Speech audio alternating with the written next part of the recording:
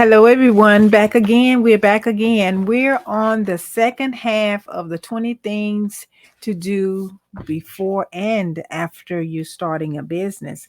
Now, we're going to go over five more today, and I hope that the first five was helpful for you and it gave you some enlightenment and some more information on getting ready with your business, and then after you start your business, things that you should be doing as well. So now we're going to go over five more today. We have 20 in all, so we're going to break down the next two and fives, and then we'll have two more sessions, so we'll get those done before the end of the week. They'll be up for you.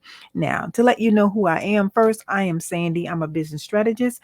I have been doing business development and helping my clients with starting a business and growing their businesses and helping them to come up with ways to make money with their businesses. So I've been doing that for over 15 15 years, really.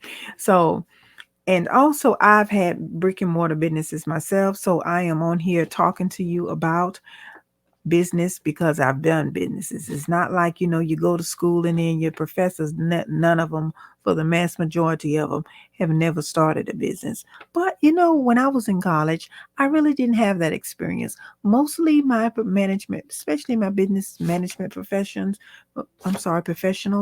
they were in business. Definitely my accounting professors were, and my economics professors, they had experience in business as well.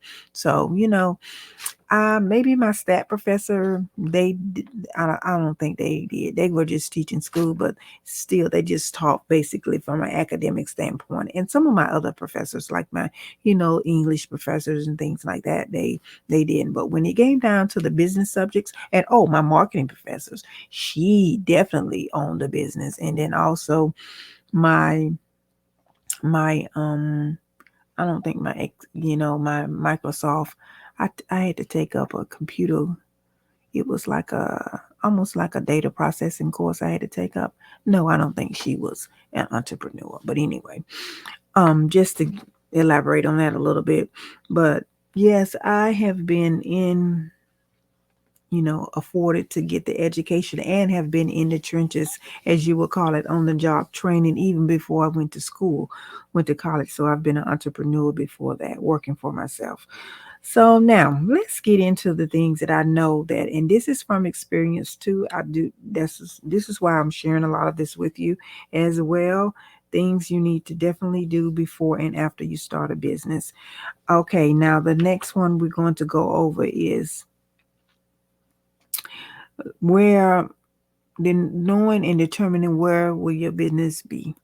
Now, this comes from knowing how successful you want to be, especially if you're a brick and mortar business, and then the demographics, and especially you could be a maybe a online seller or anything like that. You still want to make sure that you're in the perfect location. If you have to have employees, you want to make sure that you're in the perfect location for them. The affordability, learning to do your numbers and to find out whether it's going to be beneficial for you to be in a location where, determining your funds and things like that, determining your revenue, I'm sorry, and your profit that you would make. So you definitely got to be in the knowing of that.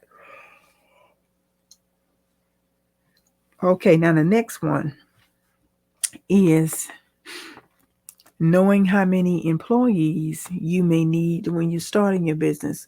Now, this can be determined from your business model. This can be determined by you sitting down and actually thinking through the process of you and your business and what your business will do and what your goals and your plans are for your business. And then also making sure that you know how much that particular employee is going to do, how productive are they going to be for the business, so way you won't be losing money. Okay. Alrighty. Now, one of the next things is knowing what type of suppliers of vendors that you will need. Okay. Now, if you have a product or service, well, basically a product business, if you have product coming in, you definitely are going to have to know who's going to be your vendors and suppliers, because you're going to have to sit down and methodically think all of this out. And you want to make sure that you interview a few of them, knowing their rules and regulations, knowing their guidelines, knowing how they deliver, knowing how, you know, what percentage, and just knowing, some of the history about their company and what has it faced, so where you in terms won't run into those problems, and you won't run into problems dealing with your customers. So you want to make sure that you got all of that squared away with someone that's going to be your supplier or your vendors. Interview them thoroughly. Ask them a lot of questions. Now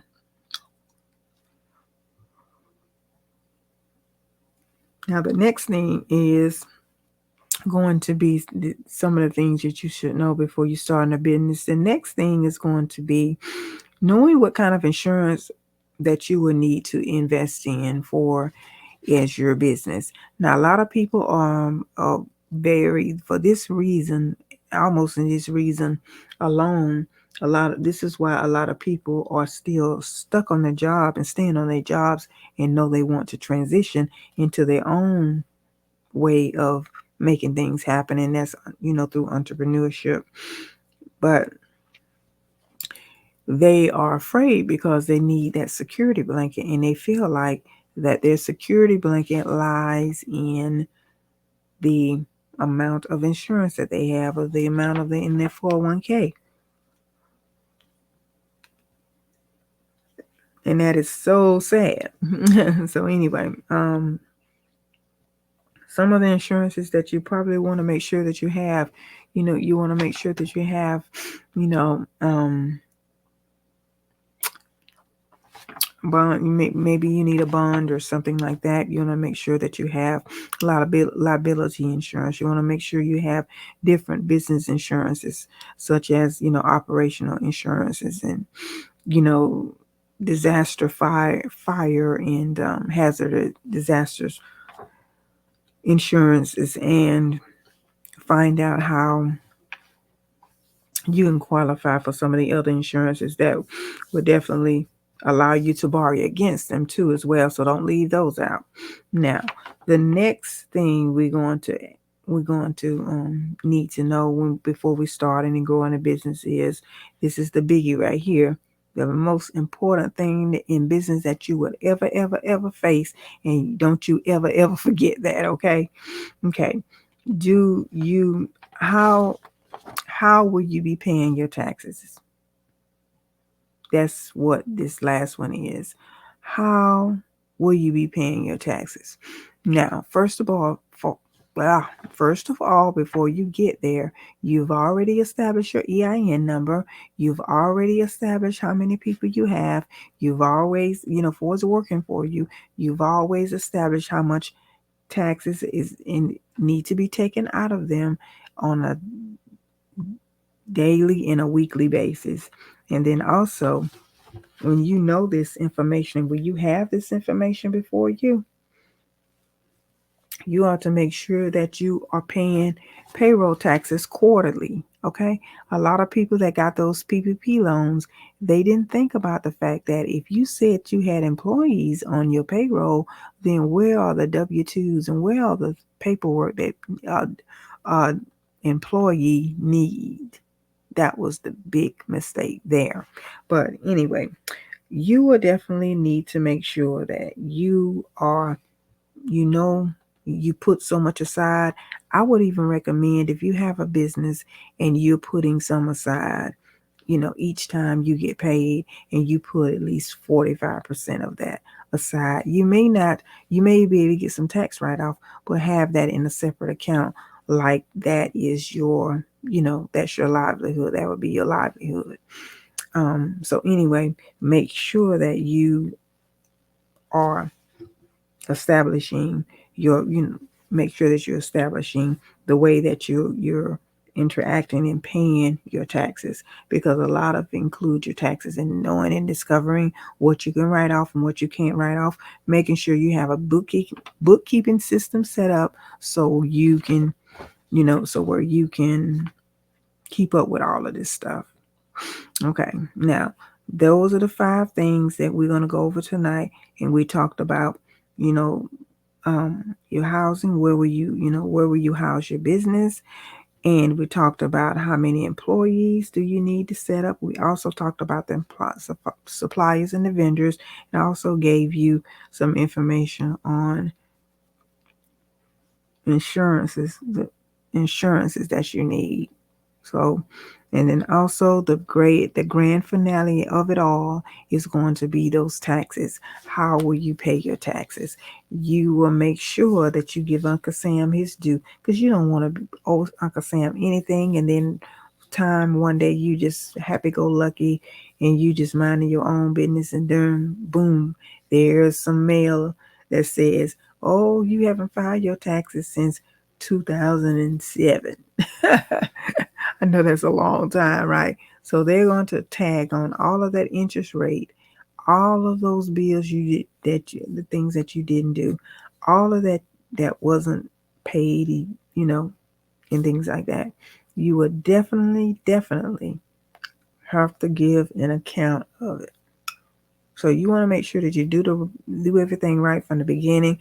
Be out here and be great, be prosperous, and remember that you are created for greatness. That's all I got to say to you. You are created for greatness. So I'm going to sign off, and I hope that all is going to be well with you for the rest of the duration part of this week. So enjoy this content.